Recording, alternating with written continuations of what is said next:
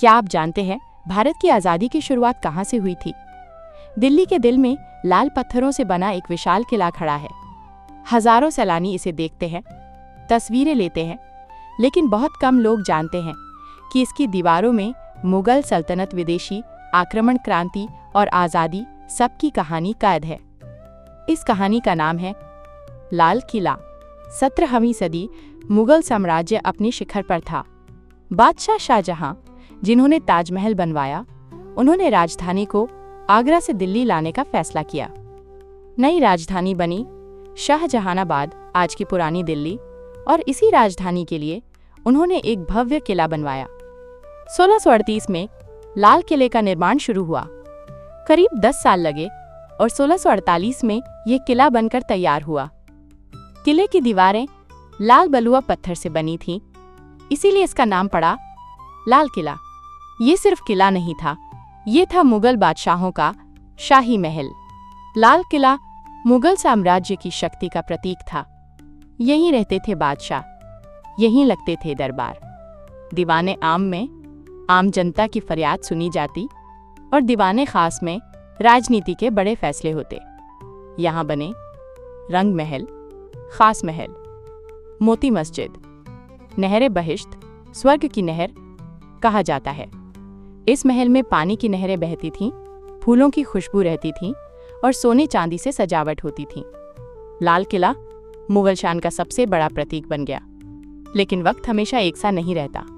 1739 में ईरान का आक्रमणकारी नादिर शाह दिल्ली पर टूट पड़ा। उसने दिल्ली को लूटा, लाल किले को लूटा और यहीं से ले गया कोहिनूर हीरा और मयूर सिंहासन, पीकॉक थ्रोन। इसके बाद मुगल साम्राज्य कमजोर होता चला गया। मराठा, अफगान और दूसरे हमले होते रहे। लाल किला धीरे धीरे अपनी शान खोने लगा।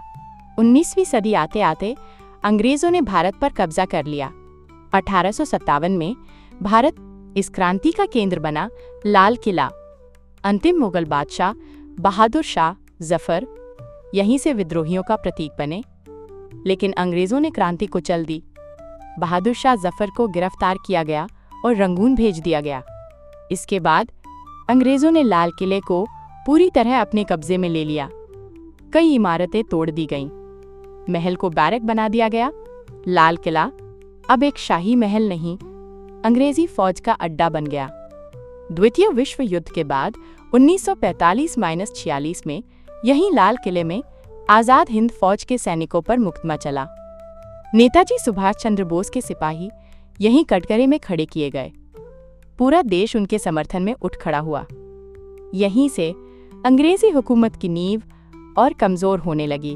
और फिर आया 15 अगस्त 1947, भारत आजाद हुआ। इसी लाल किले की प्राचीर से पंडित जवाहरलाल नेहरू ने आजाद भारत का पहला भाषण दिया और पहली बार लाल किले पर रीजन लेटर आई, रीजन लेटर एन तिरंगा लहराया गया। वो पल इतिहास का सबसे सुनहरा पल बन गया। तब से लेकर आज तक हर साल 15 अगस्त को प्रधानमंत्री यहीं से देश को संबोधित करते हैं। आज लाल किला एक राष्ट्रीय स्मारक है, यूनेस्को वर्ल्ड हेरिटेज साइट है और भारत की पहचान है।